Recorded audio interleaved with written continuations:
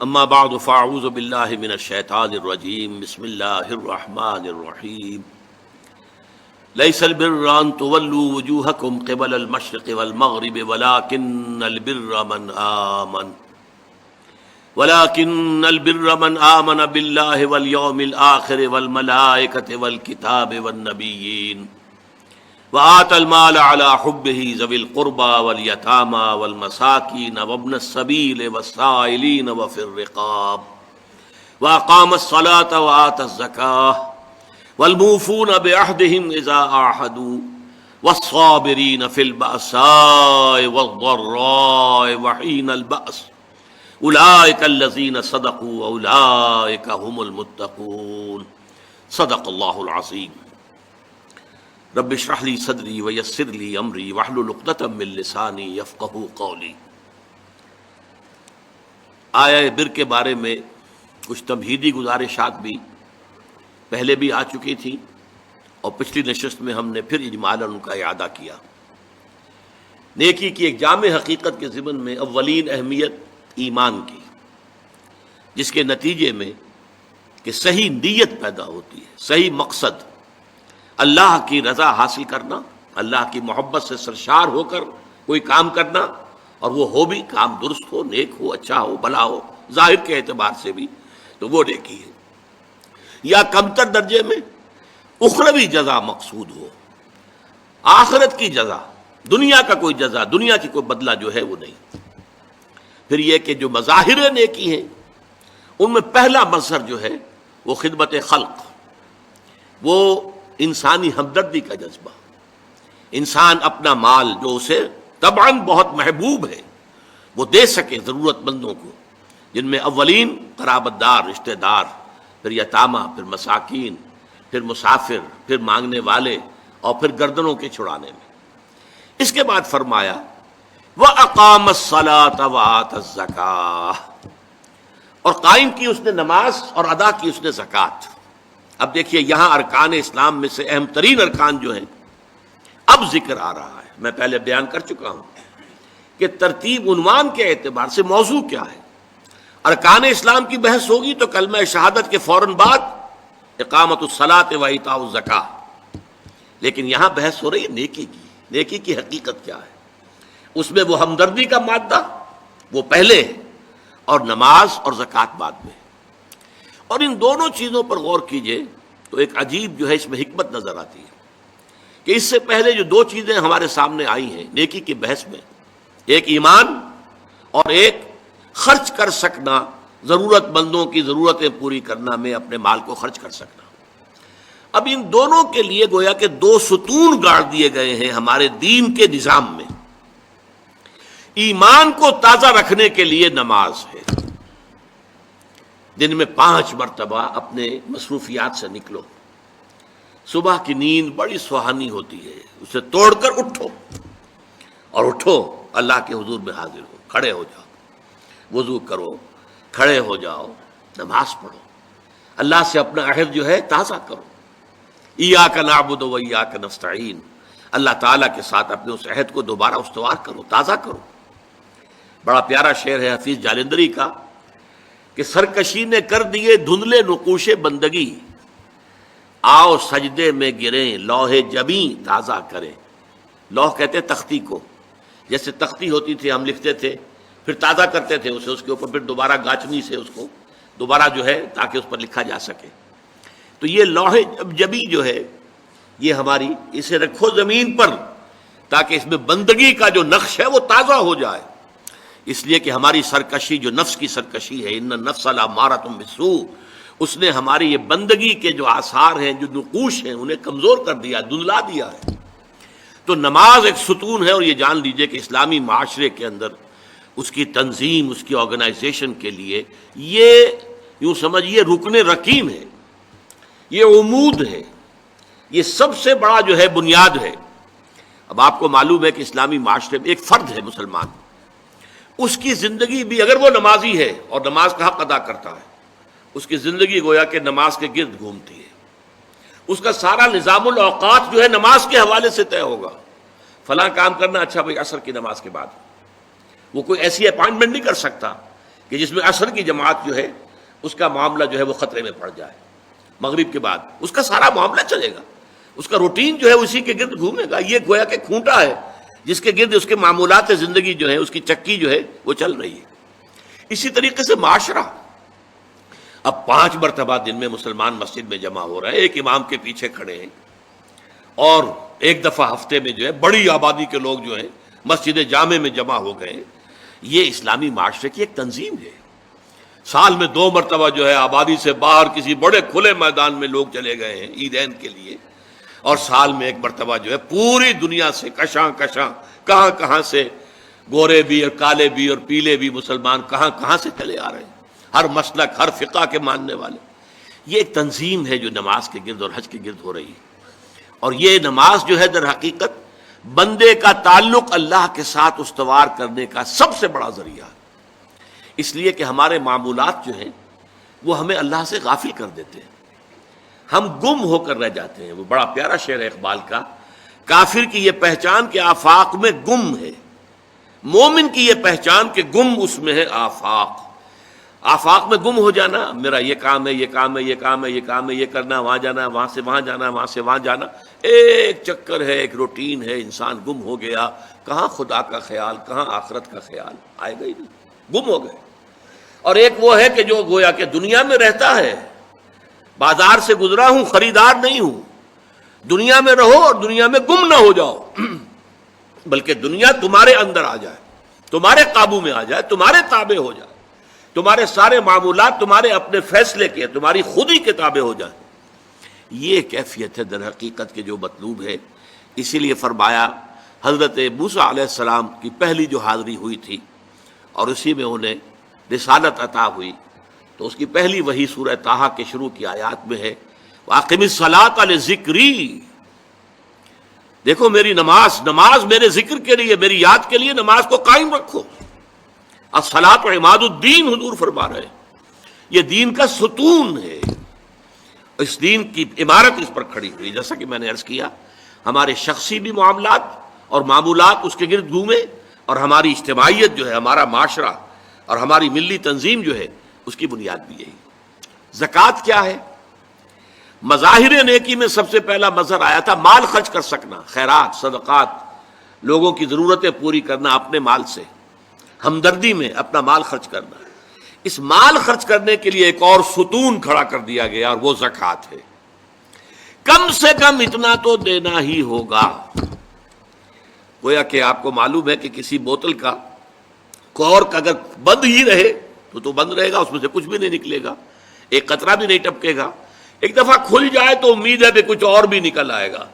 تو زکوٰۃ، بخیل سے بخیل انسان بھی اگر مسلمان ہے اور اگر اس کو اللہ تعالیٰ کے حکم کا لحاظ ہے، پاس ہے، زکوٰۃ تو دے گا. چاہے اس کے علاوہ چیریٹی نہ ہو، چاہے اس کے علاوہ جو ہے کوئی خیرات نہ ہو، لیکن یہ زکوٰۃ تو دے گا. لیکن یہ زکوٰۃ جو ہے در حقیقت یہ بنیاد بن جاتی ہے کہ پھر دل میں سے مال کی محبت اس زکوٰۃ کی وجہ سے کم ہوتی ہے. زکوٰۃ کے معنی یہ ہے پاک کرنے والی شے، تزکیہ ہے. یہ در حقیقت نفس کو پاک کرنے والی شے، طہارت نفس، قلب کے اندر سے مال کی محبت کو ختم کرنے والی شے. تو یہ 2 ستون ہیں ہمارے دین کی. حضور کی ایک حدیث میں حضرت معاذ بن جبل رضی اللہ تعالیٰ عنہ سے مروی ہے، تو حضور نے، ویسے تو بہت طویل روایت ہے، وہ میں اس وقت ساری روایت بیان نہیں کر سکتا. حضور نے پوچھا حضرت، اس لیے کہ اس وقت خاص حالات ایسے ہو گئے تھے کہ حضور کی طبیعت میں بڑی بشاشت تھی حضرت معاذ بن جبل کے لیے رضی اللہ تعالیٰ عنہ. ایک سوال تو انہوں نے حضور سے کیا تھا، حضور نے اس کا جواب دے دیا. پھر حضور نے مزید دریائے سخاوت جوش میں آیا، حضور نے فرمایا وَإِن شِئْتَ حَدَّثْتُكَ يَا مُعَاذ بِرَأْسِ هَذَا الْأَمْرِ وَقَوَامِهِ وَضَرْبَةُ السَّنَامِ مِنْهُ. اے معاذ، اگر تم چاہو تو میں بتاؤں کہ ہمارے اس دین کی جڑ کیا ہے اور ہمارے اس دین کا تنا کیا ہے. قوام، یہ درخت جو ہے نا، آپ کو معلوم ہے، درخت کی مثال سامنے رکھیے کہ درخت کی ایک جڑ ہے اور درخت کا ایک تنا ہے جس کے اوپر پھر آگے شاخیں ہوں گی، اس میں پتے آئیں گے، اسی میں پھل یا پھول لگیں گے. وہ قوام ہے، کھڑا رکھنے والی شے. یہ جو تنا ہے یہ کھڑا رکھا ہوا اس کو درخت نے، پوس نے. اور پھر یہ کہ اس کی چوٹی کیا ہے، میں تمہیں بتاؤں.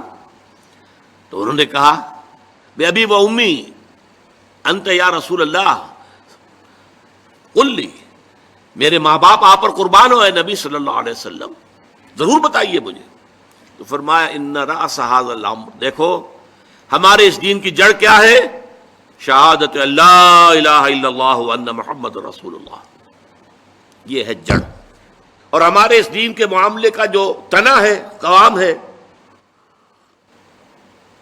وہ کیا ہے؟ اقام الصلاۃ و ایتاء الزکاۃ، نماز کا قائم رکھنا اور زکوٰۃ کی ادائیگی۔ نماز سے تعلق اللہ کے ساتھ قائم، زکوٰۃ سے تعلق اپنے ابناء نو کے ساتھ، غربا، مساکین، جو معاش کی دوڑ میں پیچھے رہ گئے ہیں، آپ کے اپنے بھائی بند، آپ کے اعزاء، آپ کے اقربا، زکوٰۃ سے آپ کا ایک رابطہ ان سے تعلق قائم ہوا۔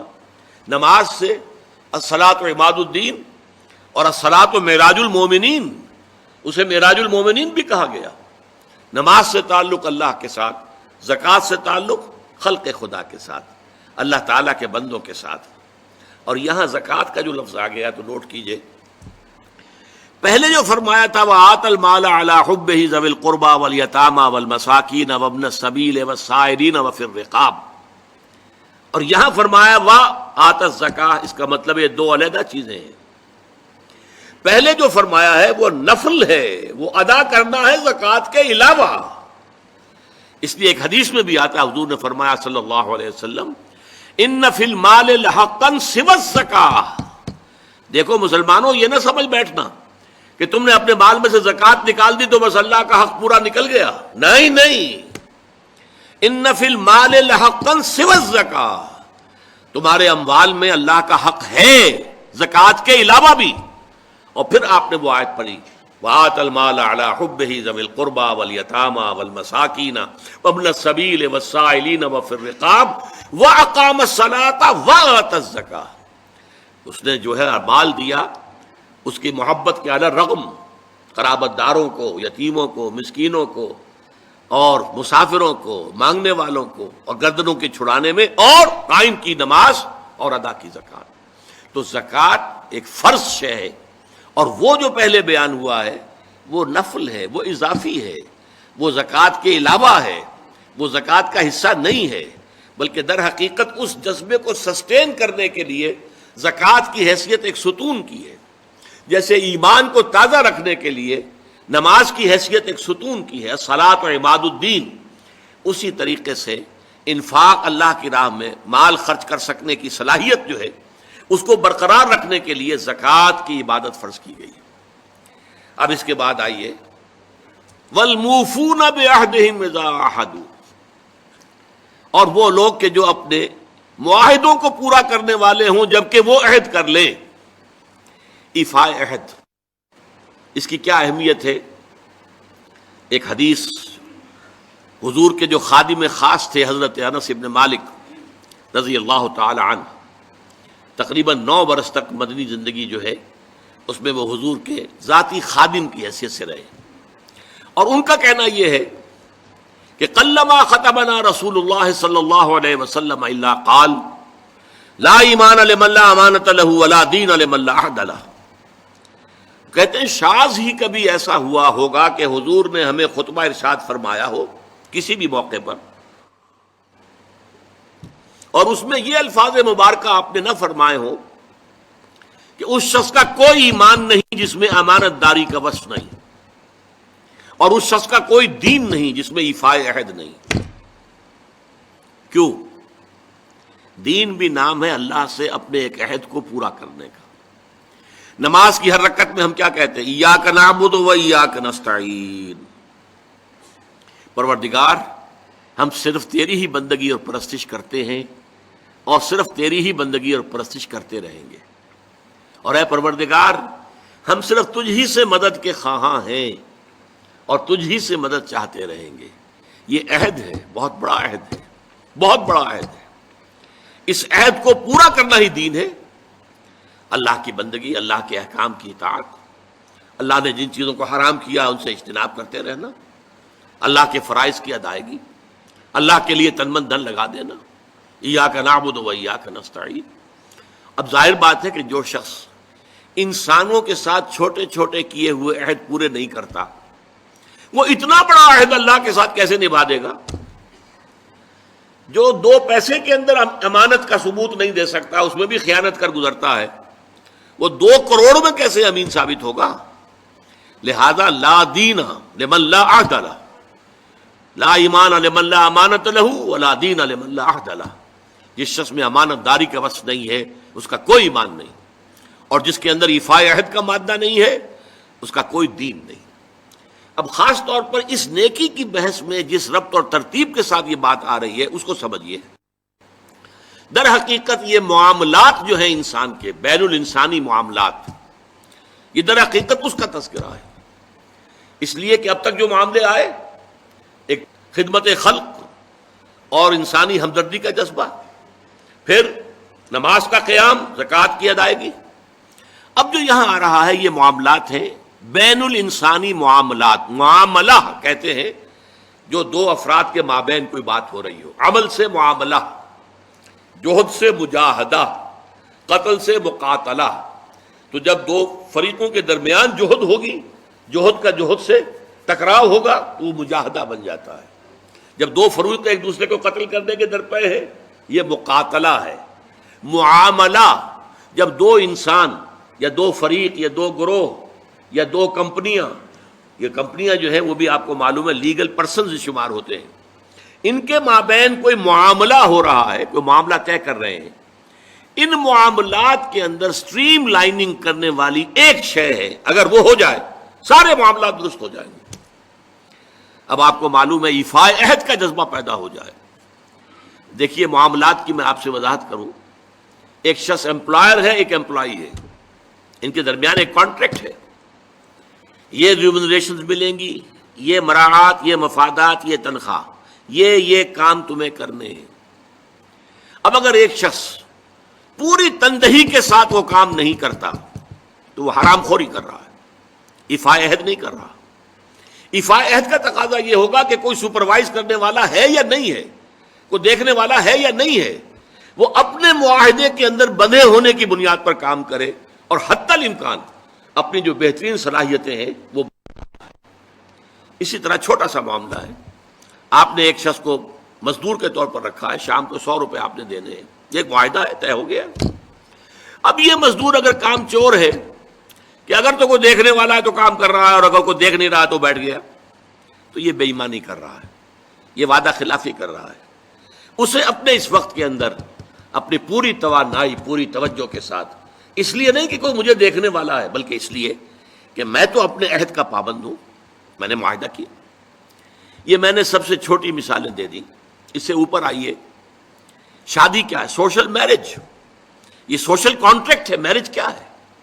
ایک مرد ایک عورت، اس کے درمیان معاہدہ ہے، ساری عمر کا نباہ کرنا ہے، بیوی کے یہ فرائض ہیں جو اسے ادا کرنے ہیں، شوہر کی یہ ذمہ داری ہے، اس کے نان نفقے کا وہ ذمہ دار ہے، اس کے لیے سکنا فراہم کرنا اس کے ذمے ہے، اس کے لیے رہائش کا بندوبست کرنا اس کے ذمے ہے، نان نفقہ اس کے ذمے ہے، بیوی کے یہ فرائض ہیں جو اسے ادا کرنے ہیں۔ اب یہ در حقیقت ایک سوشل کانٹریکٹ ہے۔ اگر کوئی بھی اس کے اندر خیانت کا ارتکاب کر رہا ہے تو اس نے اپنے عہد کی خلاف ورزی کی۔ اسی طرح دیکھیے بہت سے معاہدے ہوتے ہیں جو ریٹن نہیں ہوتے، طے شدہ نہیں ہوتے۔ اولاد اور والدین میں بھی ایک معاہدہ ہوتا ہے، امپلائڈ ہے وہ کیا معاہدہ ہے؟ والدین اپنی جوانی میں اپنے آپ کو انویسٹ کرتے ہیں اپنی اولاد میں، ان کی تعلیم ہے، ان کی تربیت ہے، ان کو کھلانا ہے، ان کو پلانا ہے، ان کے لیے کپڑے کا بندوبست ہے، وہ اپنی ساری توانائیاں جو ہے لگا رہے ہیں ان کو پالنے پوسنے میں۔ اور اس کے اندر امپلائڈ کانٹریکٹ ہے کہ جب یہ بوڑھے ہو جائیں گے اور وہ جوان ہو جائیں گے تب ان کو لک آفٹر کریں گے، ان کی خدمت کریں گے، ان کی سیوا کریں گے، ان کے ساتھ حسن سلوک کے ساتھ پیش آئیں گے۔ یہ کانٹریکٹ ہے، چاہے یہ لکھا ہوا نہ ہو، امپلائڈ کانٹریکٹ ہے۔ بہرحال پوری انسانی زندگی کا اگر آپ تجزیہ کریں گے تو معاہدات کے گرد گھومتی ہے۔ اگر ایک وصف پیدا ہو جائے، ایک وصف ایفاء عہد، حضور نے فرمایا بندہ مومن کا وعدہ کر لینا عدت المومن کا اخذ الکف، بندہ مومن کا کسی سے کوئی وعدہ کر لینا ایسے ہے جیسے اس کا ہاتھ جو ہے اس کے ہاتھ میں آ گیا ہے۔ جیسے آپ نے کسی کا ہاتھ پکڑا ہوا، کہاں جائے گا آپ؟ لہذا وہ تو بن گیا، اس نے وعدہ کیا وہ بن گیا۔ اور یہ ایک واقعہ آتا ہے حضور کا، اور یہ بھی آغاز وحی سے قبل کا واقعہ ہے۔ آپ کی زندگی میں امانت اور دیانت، جس کی بنا پر الصادق الامین کے خطابات آپ کو ملے تھے اپنے معاشرے سے، آپ کاروباری آدمی تھے نا، تجارت کرتے تھے۔ ایک شخص سے کوئی بات ہو رہی تھی معاملے کی، کسی سودے کی، اس نے کہا کہ ذرا آئے محمد آپ انتظار کیجئے میرا یہاں پر، میں ابھی آتا ہوں۔ وہ جا کر اپنے کاموں میں ایسا مصروف ہو گیا، بھول گیا۔ حدیث میں ثلاثہ کا لفظ آیا، 3 کے بعد یاد آیا اسے، اور عام شارحین کا یہ کہنا ہے 3 دن کے بعد۔ وہ بھولا رہا، اچانک یاد آیا، میں نے تو وعدہ کیا تھا محمد سے صلی اللہ علیہ وسلم کہ آپ یہاں میرا ذرا انتظار کیجئے، میں ابھی آتا ہوں۔ وہ اسی طریقے سے گھبرایا ہوا گیا تو حضور وہیں تشریف فرما تھے۔ 3 دن اس نے معذرت پیش کی، کہا میں بھول گیا، تو حضور نے فرمایا میں تو اپنے عہد کا بندھا ہوا تھا، میں نے تم سے وعدہ کیا تھا کہ میں یہاں تمہارا انتظار کروں گا، میں کر رہا ہوں۔ تو یہ ہے اصل میں، اور جیسا کہ قرآن مجید میں اسی سورہ بنی اسرائیل میں آیا ہے، ان العہد کان مسئولا، یہ عہد جو ہے اس کی تو اللہ تعالیٰ کیا مسئولیت ہے، جواب دہی ہوگی، پوچھ گچھ ہوگی۔ تو یہ ہے معاملہ، معاملات انسانی میں نیکی کا وہ جذبہ جو ہے وہ خاص طور پر جو ظاہر ہوگا وہ ایفائے عہد کے حوالے سے تمام معاملات، بین الانسانی تعلقات اور تمام معاملات کے اندر اسٹریم لائننگ کر دے گا۔ اب آئیے آخری بات آ رہی ہے، وَالصَّابِرِينَ فِي الْبَأْسَاءِ وَالضَّرَّاءِ، یہاں صابرون نہیں کہا، موفون نہیں۔ اس کا کیا مطلب ہے؟ یہاں پر در حقیقت کچھ الفاظ محذوف ہیں، وَأَخُصُّ بِذِكْرِ الصَّابِرِينَ، اور خاص طور پر میں ذکر کرنا چاہتا ہوں صبر کرنے والوں کا۔ یہ جو نیکی کی بحث ہے اس میں نوٹ کر لیجئے، ایک ہے نیکی بدھ مت کے بھکشوؤں کی نیکی، عیسائی راہبوں کی نیکی، ہندوؤں کے سنیاسی اور تپسیاؤں کی نیکی۔ وہ نیکی کیا ہے؟ کاروبار دنیاوی کو چھوڑو، معاشرے کے جو مین کرنٹ ہے اس سے نکل کر کہیں پہاڑوں میں، گفاؤں میں، کہیں موناسٹریز میں، کہیں جاؤ بیٹھ جاؤ۔ اسلام کی نیکی یہ نہیں ہے، کیونکہ اس صورت میں تو گویا کہ نیکی معاشرے سے خارج ہو گئی، بدی کو اور کھل کھیلنے کا موقع مل گیا، کوئی مقابلے میں رہا ہی نہیں۔ یہ گویا کہ بدی کے لیے میدان کو خالی چھوڑ دینا ہے۔ اسلام جس نیکی کی تبلیغ کرتا ہے وہ در حقیقت بدی کے خلاف سفارہ ہونے والی نیکی ہے۔ بدی کی آنکھوں میں آنکھیں ڈال کر چیلنج کرے، اس سے پنجہ ازمائی کرے، بدی کو روکے، بدی کو ختم کرے، بدی کا استحصال کرے، اور اس بدی کے استحصال کرنے میں جو تکلیف آئے وہ جھیلے۔ جو سورہ لقمان کی آیت میں نے پہلے بھی آپ کو سنائی تھی، یا بنی اقم الصلاۃ وامر بالمعروف وانہ عن المنکر واصبر علی ما اصابک، اے میرے بچے نماز قائم کر، نیکی کا حکم دے، بدی سے روک، اور پھر جو تجھ پر بیتے اس کو جھیل اور برداشت کر، پھر ثابت قدمی کا ثبوت دے، قدم کوئی پیچھے نہ ہٹ جائے۔ تو اسلام کی نیکی جو ہے وہ اس طرح کی نیکی نہیں، پیسیو نیکی نہیں ہے، ایکٹیو نیکی ہے، وہ آگے بڑھنے والی نیکی ہے، وہ ماحول کو بدی سے خالی کرنا چاہتی ہے، وہ یہاں نیکی کا غلبہ چاہتی ہے، بدی کا استحصال کرنا چاہتی ہے، اور اس جد و جہد میں اس کے اوپر جو تکلیف آئے، جو مصیبت آئے، وَالصَّابِرِينَ وَأَخُصُّ بِذِكْرِ الصَّابِرِينَ، اصل جو میدان ہے نیکی کا، جس کے اندر فیصلہ ہوگا نیکی ہے یا نہیں ہے، یہ دکھاوے کی نیکی ہے یا حقیقت کی نیکی ہے، وہ تو در حقیقت اس کا ٹیسٹ جو ہے، لٹمس ٹیسٹ، وہ تو آئے گا اگر احقاق حق کے لیے تکلیفیں جھیلنے کو تیار ہو، اگر ابطال باطل کی جد و جہد میں قربانیاں دینے کے لیے تیار ہو، اگر اس کے لیے تن من دھن قربان کر دینے کے لیے تیار ہوں، تب تو نیکی ہے، ورنہ یہ نیکی کا ڈھونگ ہے، یہ نیکی کا صرف ایک ظاہری سا ہے۔ جیسے کہ میں نے عرض کیا تھا، بعض آج کل ہوتے ہیں ایسے ہیٹرز کہ نیچے جو ہے نظر آتا ہے انگارے دہکتے ہوئے، حالانکہ وہ بالکل کچھ بھی نہیں، ان میں آگ ہے ہی نہیں، انگارے ہیں ہی نہیں، نظر آ رہے ہیں انگارے۔ وہ ہیٹ جو آ رہی ہے وہ تو اوپر سے تار جو لگا ہوا ہے وہاں سے آ رہی ہے، ہیٹر وہاں سے ہیٹ دے رہا ہے، لیکن دکھا دیا ہے کہ جیسے انگارے ہیں۔ تو دکھاوا ہے یہ، اس میں حقیقت نہیں ہے۔ اس کا اصل ٹیسٹ کیا ہے؟ وَالصَّابِرِينَ فِي الْبَأْسَاءِ وَالضَّرَّاءِ وَحِينَ الْبَأْسِ، اور وہ جو خاص طور پر صبر کرنے والے ہیں۔ بادشاہ جب جمع میں آتا ہے تو یہ فقر و فاقہ، بھوک کی سختی، جیسے کہ سورہ بقرہ ہی میں چند رکوع پہلے ہی وہ آیت آ چکی ہے، وَلَنَبْلُوَنَّكُم بِشَيْءٍ مِّنَ الْخَوْفِ وَالْجُوعِ وَنَقْصٍ مِّنَ الْأَمْوَالِ وَالْأَنفُسِ وَالثَّمَرَاتِ وَبَشِّرِ الصَّابِرِينَ، اور ہم اے اہل ایمان، اے ایمان کے دعوے دارو، تمہیں لازماً آزمائیں گے، خوف سے بھی اور بھوک سے اور مال اور جانی نقصان سے، اور اے نبی بشارت دے دیجئے صبر کرنے والے۔ تو یہ تو ہے بھوک، فقر و فاقہ۔ آپ کو معلوم ہے، میں نے پہلے ذکر بھی کیا تھا، جیسے اسرا کے اندر تب غزوہ تبوک کے دوران کس قدر شدید بھوک کی کیفیت تھی مسلمانوں پر۔ ایسے بھی مواقع آئے ہیں کہ تین مسلمانوں کے لیے 24 گھنٹے کا راشن ایک کھجور ایک صحابی نے، ایک مسلمان نے منہ میں رکھ کے تھوڑی دیر چوس لی، پھر دوسرے کو دے دی، پھر دوسرے نے چوس لی، کچھ گلوکوز پہلے کو مل گیا، کچھ دوسرے کو مل گیا، پھر تیسرے کو مل گئی۔ یہ بھی آیا۔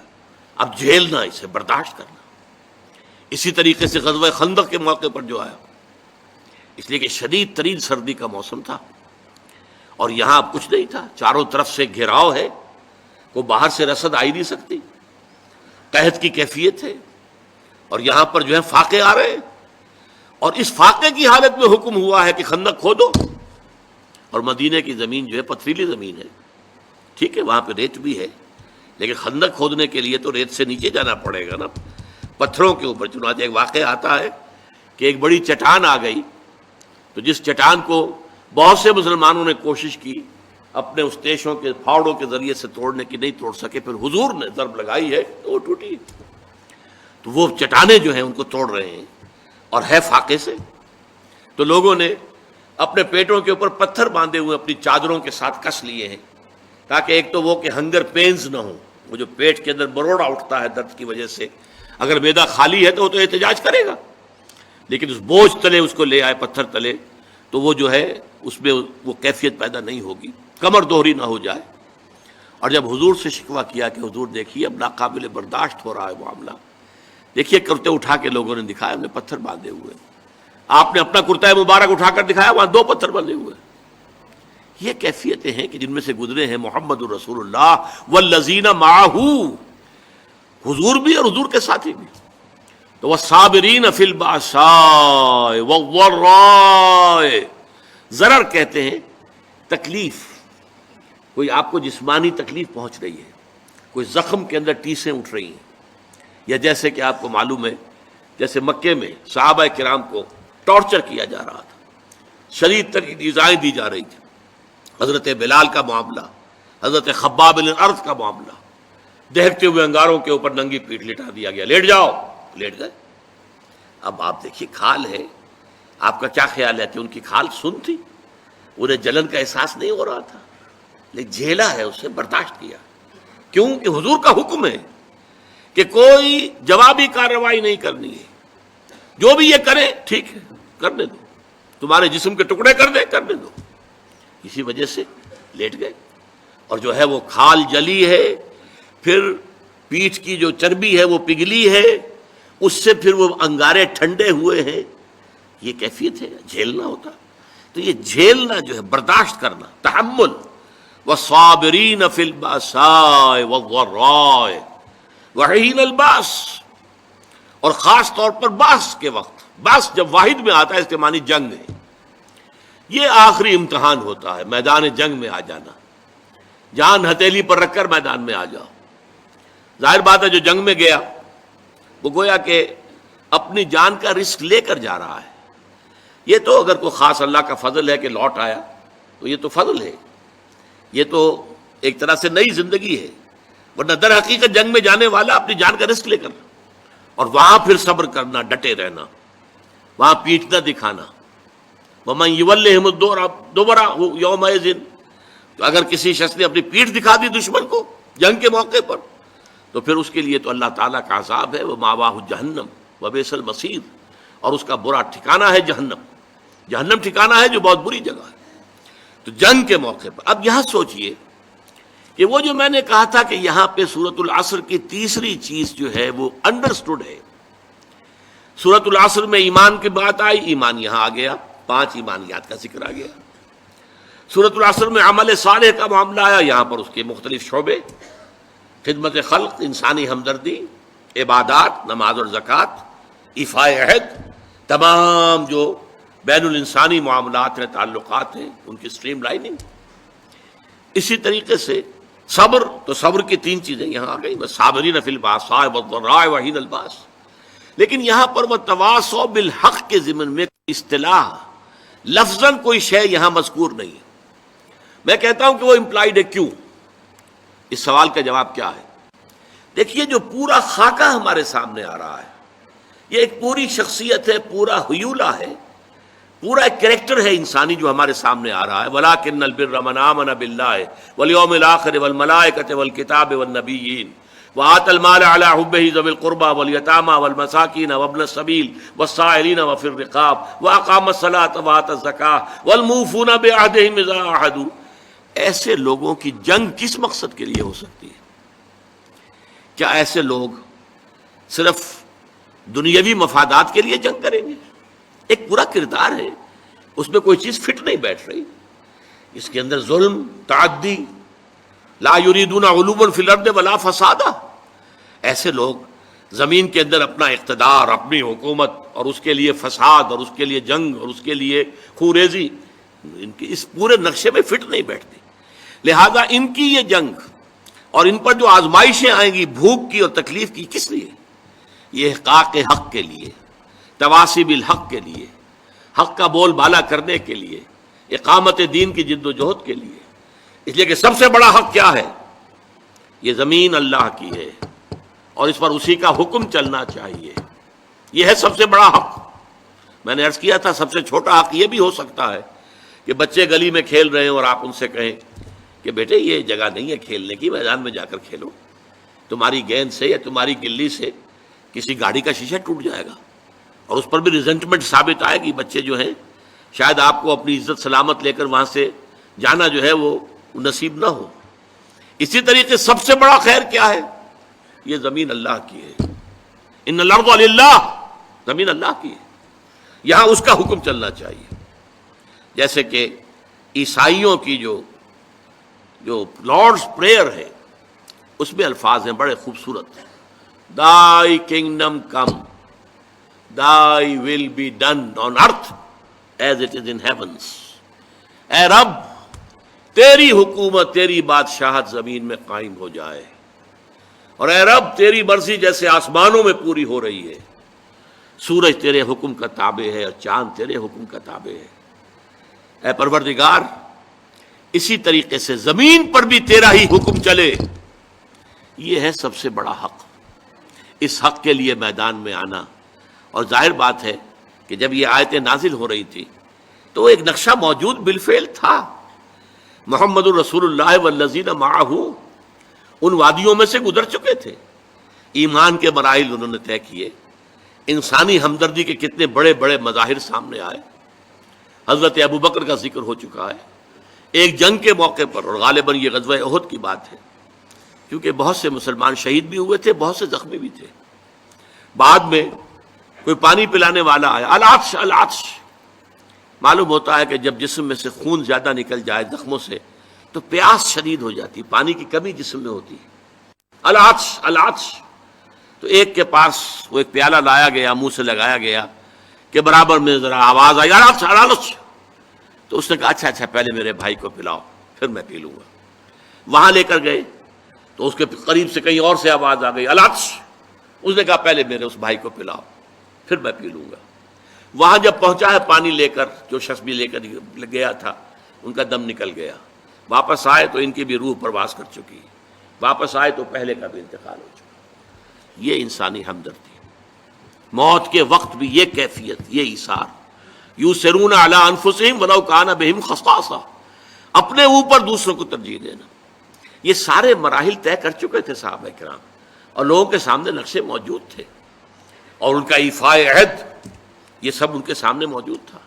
اب یہ لوگ تھے کہ جو جنگیں بھی کر رہے تھے، قتال کر رہے تھے، جانیں دے رہے تھے، یقاتلون فی سبیل اللہ فیقتلون ویقتلون، اللہ کی راہ میں قتال کر رہے ہیں، قتل ہوتے بھی ہیں، قتل کرتے بھی ہیں۔ تو یہاں پر گویا کہ یہ خود بخود اس ماحول کے حوالے سے بھی یہاں جو درمیان میں ایک خلا ہے وہ پر ہوتا ہے، اور دوسرے اس دلیل سے کہ یہ جنگ ظاہر بات ہے، دنیا میں کبھی بھی کسی نے اس کو اچھی بات تو نہیں کہا، لیکن یہ کہ یہ جب خیر کے لیے ہو، بھلائی کے لیے ہو، تواصی بالحق کے لیے ہو، احقاق حق کے لیے ہو، ابطال باطل کے لیے ہو، اللہ کے دین کے غلبے کے لیے ہو، اقامت دین کی جد و جہد کے لیے ہو، تو یہ کہ والصابرین فی الباساء والضراء وحین الباس اولئک الذین صدقوا واولئک هم المتقون، یہی ہیں وہ لوگ کہ جو راست باز ہیں، سچے ہیں، یعنی نیکی کا دعویٰ تو سبھی کر رہے ہیں، وہ جسم فروش عورتیں بھی کہ جو تازیوں کے ساتھ چلتی ہیں کالے کپڑے پہن کر، یا جو دھمال کھیلتی ہیں جا کر عرسوں میں، وہ بھی سمجھتی ہیں کہ ہم بڑا نیکی کا کام کر رہے ہیں، اور جیب کترے بھی نیکی کا کام کرتے ہیں، ڈاکو بھی کرتے ہیں، چور بھی کرتے ہیں، یہ بستہ الف بستہ بے کے لوگ بھی کرتے ہیں، لیکن اصل نیکی کس کی ہے؟ ایک مذہبی طبقے کی نیکی بھی ہے، ریچولز ہیں، رسومات ہیں، ظواہر ہیں، مظاہر ہیں، اندر سے کھوکھلے ہیں، جس کی کہ حضرت مسیح نے بہترین تشبیہ دی تھی یہود کے علماء کے لیے کہ تمہارا حال ان قبروں کے مانند ہے جن کے اوپر سفیدی کی ہوئی ہے، بہت اچھے، چادر بھی پڑی ہوئی ہے، لیکن اندر ان کے گلی سڑی ہڈیوں کے سوا کچھ نہیں ہے۔ تمہارے باطن میں تعفن ہے، مال کی محبت، دنیا کی محبت، جاہ کی محبت، دنیاوی اقتدار کی محبت، اس نے تمہیں اندھا کر دیا، اتنا اندھا کہ اللہ تعالیٰ کے عظیم ترین معجزے جو عطا کیے اللہ نے حضرت مسیح کو، ان کو بھی نہ دیکھ پائے، اللہ کے ایک عظیم رسول کو نہ پہچان پائے، اللہ کے ایک عظیم رسول کو کہہ دیا گیا ولد الزنا ہے، یہ معاذ اللہ صبح معاذ اللہ، نقل کفر نہ باشد، مرتد ہے، جادوگر ہے، کافر ہے، واجب القتل ہے، سولی پر چڑھا دیا جائے۔ یہ مذہبی طبقہ تھا جس نے یہ کام کیا، اور ایک طبقہ ہمارے ہاں وہ لبرل، جیسا کہ میں نے عرض کیا تھا، وہ کہتے ہیں بھائی سچ بولنا چاہیے، کام اپنا کرنا چاہیے، وعدہ پورا کر، باقی یہ نماز روزہ جو ہے یہ تو انفرادی معاملہ ہے، یہ انسان کا اور اللہ کا اپنا درمیانی معاملہ ہے۔ ان تمام چیزوں کو جس طریقے سے اس آیت میں جمع کر دیا گیا، اور ہر شے اپنی جگہ پر فٹ، نماز اور روزے کو درمیان میں تو لائے، نمبر ایک پر نہیں لائے، نمبر ایک پر وَآتَ الْمَالَ عَلَىٰ حُبِّهِ ذَوِي الْقُرْبَىٰ وَالْيَتَامَىٰ وَالْمَسَاكِينِ وَابْنَ السَّبِيلِ وَالسَّائِلِينَ وَفِي الرِّقَابِ، اور اس سے بھی پہلے اصل ایمان، موٹیویشن کیا ہے تمہارا؟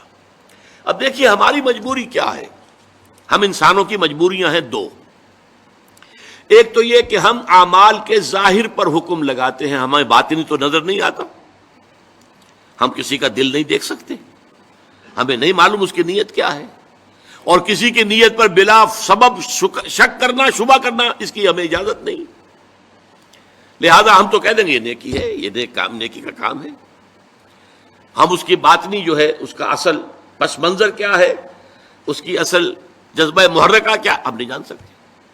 دوسرا معاملہ کیا ہے، ایک ہی شخص کے ہم کچھ اعمال کو کہتے ہیں یہ کام تو اس نے بڑی نیکی کی ہے، یہ کام اس کے بڑے برے ہیں، یہ بھی در حقیقت ہماری محدودیت ہے۔ حقیقت کے اعتبار سے انسانی شخصیت جو ہے ایک حیاتیاتی اکائی ہے۔ دیکھیے اگر آم کا درخت ہے تو آم لگے گا، اس میں نیمبو کیسے لگ جائے گا؟ آم لگے گا، نیم کی نمولی کیسے لگ جائے گی؟ اگر آپ ایک درخت میں دیکھتے ہیں کہ آم بھی لگا ہوا، نمولی بھی لگی ہوئی ہے، وہ کڑوی کسیلی نمولی بھی لگی ہوئی ہے اور میٹھا آم بھی لگا، آپ کیا کہیں گے؟ کیسے انہونی سی بات ہے۔ تو شخصیت تو ایک وحدت ہے، یا اس کے اندر خیر ہے یا شر ہے، شر ہے تو شر ہی ظاہر ہوگا، چاہے اس شر نے اوپر کوٹنگ لے لی ہو خیر کی، بظاہر نیکی کا ایک عمل کر رہا ہے، لیکن اس درخت کا، اس کی جڑ سے جو شر کی غذا اسے مل رہی ہے، اس اعتبار سے اس عمل کے اندر شر ہے، خیر نہیں ہے، چاہے ظاہری اعتبار سے خیر نظر آ رہا ہو۔ اسی طریقے سے جو شخص نیک ہے، اس کے عمل میں نیکی ہی نظر آئے گی، برائی نہیں ہوگی۔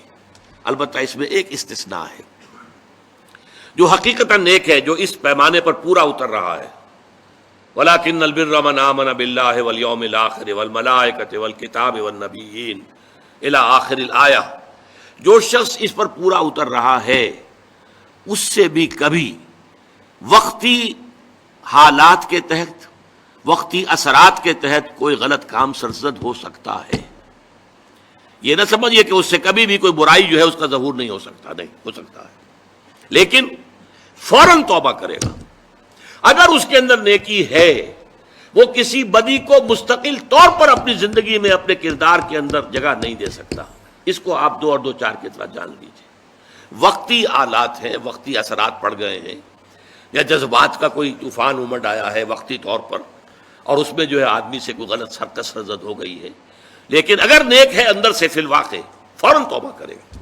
جیسے کہ سورہ نساء کی آیت مبارکہ، انما التوبۃ علی اللہ للذین یعملون السوء بجہالۃ ثم یتوبون من قریب، اللہ تعالیٰ نے اپنے ذمے لازم کر لی ہے ایسے لوگوں کی توبہ قبول کرنا کہ جو غلطی سے یا حالات کے دباؤ میں، جہالت میں، نادانی میں کوئی غلط کام کر بیٹھتے ہیں لیکن فوراً توبہ کرتے ہیں۔ تو یہ فوری توبہ ہوئی، یہ نہیں ہوگا کہ بدی اور نیکی کا امتزاج مستقل طور پر ہو۔ یہ نہیں ہو سکتا کہ ایک طرف نماز، روزہ، یہ سارا کچھ بھی ہو رہا ہے، دوسری طرف سودی کاروبار مستقل طور پر اپنے دھندے میں شامل ہے، یہ نہیں۔ یہ اگر ہے تو اس کا مطلب یہ ہے کہ نیکی نہیں ہے۔ اصل میں یہ اندر اندھیرا ہی ہے، روشنی نہیں ہے، اندر تاریکی ہے، اندر کوئی نور نہیں ہے۔ یہ صرف ظاہر کے کچھ اوپر جو ہے لبادے اوڑھ لیے گئے ہیں، ان کی حقیقت کوئی نہیں۔ آخری بات اس آیت کی، وَأُولَٰئِكَ هُمُ الْمُتَّقُونَ، یہ سمجھیے بونس ہے اس آیت کا کہ تم نے نیکی کی اصل حقیقت کو اگر سمجھ لیا تو ساتھ ہی یہ نوٹ کر لو، یہی لوگ متقی ہیں۔